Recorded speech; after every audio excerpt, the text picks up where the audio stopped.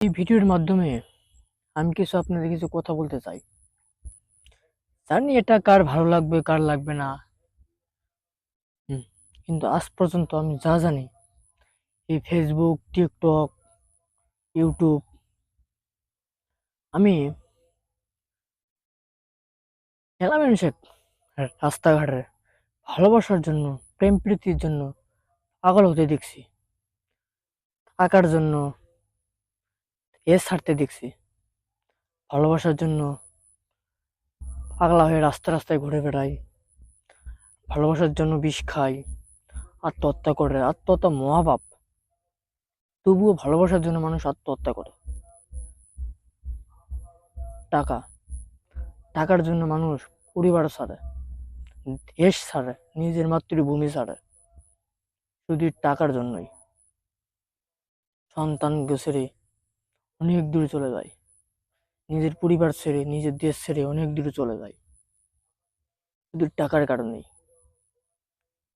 সুখ, শান্তি, এই শান্তির কারণে কত কষ্ট করে দিনরাত পরিশ্রম করে, এই শান্তির কারণে, একটু শান্তির কারণে রাত দিন 24 ঘন্টা কষ্ট করে পরিশ্রম করে, তবুও কেউ শান্তি পায়, কেউ পায় না।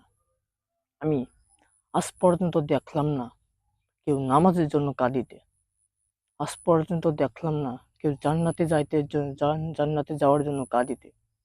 আমরা কি নিষ্ঠুর, তাই না?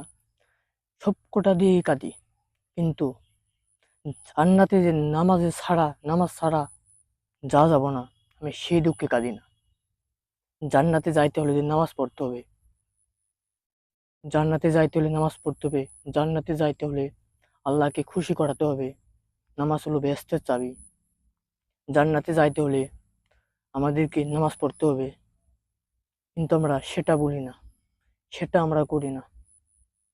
মানে যেটা প্রাপ্য আমরা সেটা করি না। এতে আপনারাও বলতে পারেন যে তুই এটা জ্ঞান দিনছস, তুই কি, তুই যে তুলসী পাতা? হ্যাঁ, আমিও। আপনাদের কি বলবো, আমিও। তাই একটু আপনাদের মাথায় একটু তুলে ধরলাম। এটাই, নামাজের জন্য কাউকে পাগল হতে দেখলাম না, নামাজের জন্য কাউকে ফাঁসি দিতে দেখলাম না, নামাজের জন্য এই জান্নাতে পাওয়াটা সে কেউ করে না। জান্নাত যদি পার করতো, নামাজ কেউ ছাড়তো না। জান্নাত আজ পর্যন্ত কাউকে দেখলাম না জান্নাতের জন্য পরিবার ছাড়তে, নামাজের জন্য দেশ ছাড়তে, শুধু টাকা আর সুখ। নামাজের চিন্তা কেউ করে না, জান্নাতে যাওয়ার চিন্তা কেউ করে না।